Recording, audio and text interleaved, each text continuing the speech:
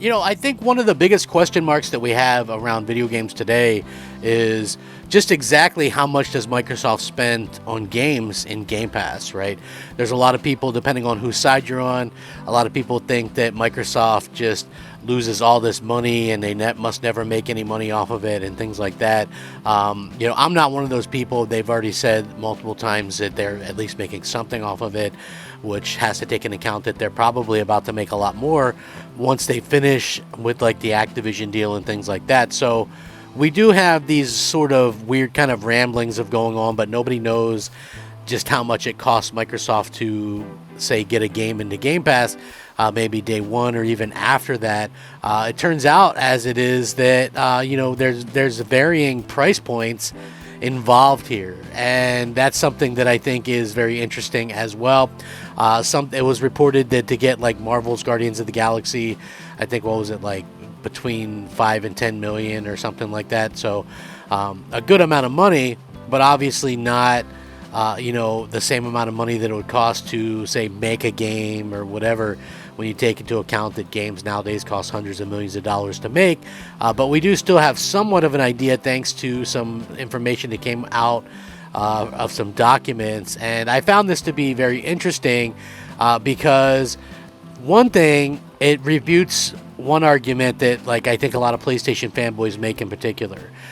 You have PlayStation fanboys on one side that they're always going, well, Microsoft can't possibly make any money from this. It's impossible. And then the other side, you also have these PlayStation fans saying stuff like, well, they're not paying developers very much. Developers are getting screwed. When they put games in Game Pass, they're not making anything. Oh, won't someone please think of the developers? So you have those two kind of varying aspects, and a lot of time the same person that's saying one is also saying the other. Oddly enough, to me personally, you can't really have both. If developers are getting buku bucks for putting their money or putting their games into Game Pass, then how are they not getting compensated? That never really made sense to me. Clearly, there's not a gun to anybody's head, and so therefore they're putting their games out of their own free will because of a good deal.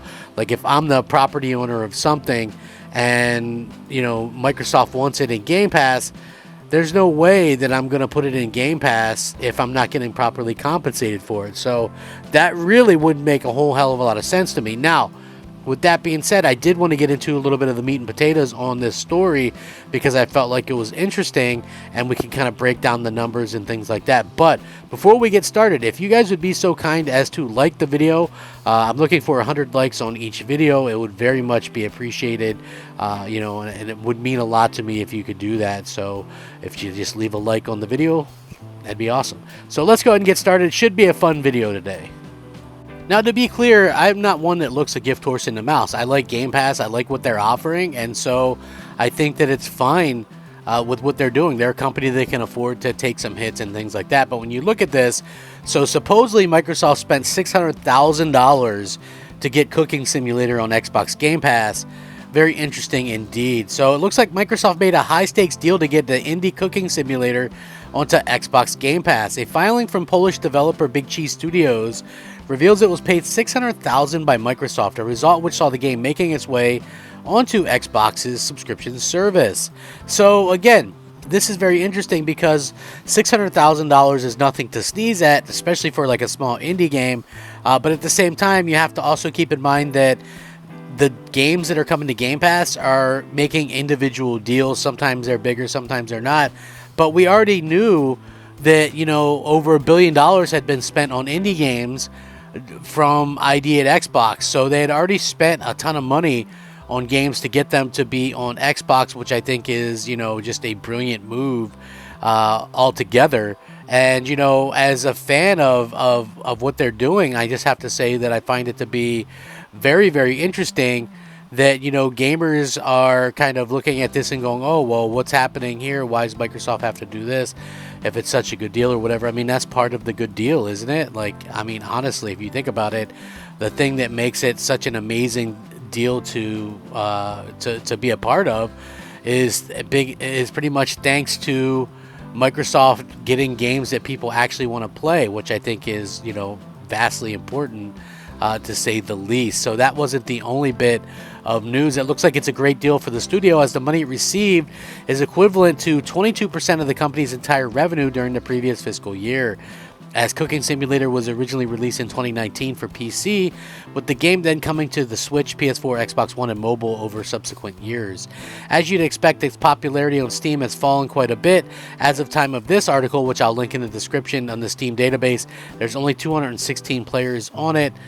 Meanwhile, its player peak over the last 24 hours is 232 people, and a noticeable decline from 3 years ago when it peaked at a mere 3,500. So yeah, very interesting. But these figures are for Steam only, with the developers stating it has shifted in excess of 700,000 copies of the base game since its release, and a further 400,000 in various add-ons.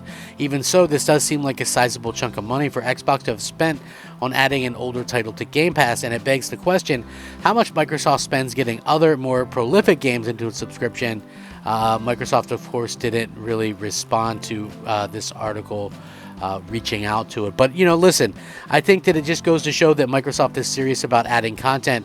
And, you know, there's very much different kinds of content. Like someone like me might go, oh, well, Cooking Simulator, that doesn't really do much for me. But at the end of the day, I think that you have to realize that something like Game Pass is there to really appeal to more than just one type of gamer, you know, more than just like a hardcore gamer. Now, don't get me wrong, it might be something that I even try out. It might be something that, you know, I play with my wife, something along those lines. But with that being said, it's not something that I'm like, oh man, look, let me go play that. In fact, even during a slower time, I mean, luckily Madden just came out, and I was hooked up with that. Actually, a good buddy of mine, you know, got me a copy of Madden on Xbox. So yeah, I'm pretty stoked about it.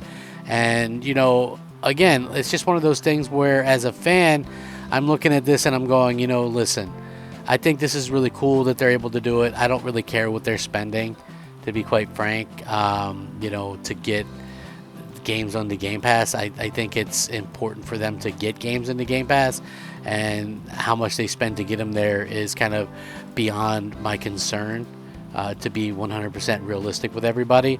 So yeah, that's sort of how I feel about it. But overall, listen, more power to Microsoft. They're going to have to continue to spend. I thought they probably needed to spend even more with such a lackluster year. But then again, it's such a lackluster year, where the game's going to come from to put on there, right? Like we all joked about it a little bit and talked about it, but it's like everything got delayed. So outside of putting something like Saints Row, which looks kind of meh, you know, I mean, Gotham Knights looks pretty good, but again, you know, you'd have to wonder how much that would cost. So there's really kind of this standstill where we don't really know what's going on, or when Microsoft is going to be able to, you know, put in some of these bigger games again. So I don't know. It's a very interesting thing, but it is something, a piece of the puzzle at any rate. So let me know what you all think. And if you guys do enjoy my content, please leave a like on the video. It helps it to be seen and the channel to grow. Rack 'em up, fact 'em up, Crap Gamer 'em up. Thanks for watching. Crap Gamer out.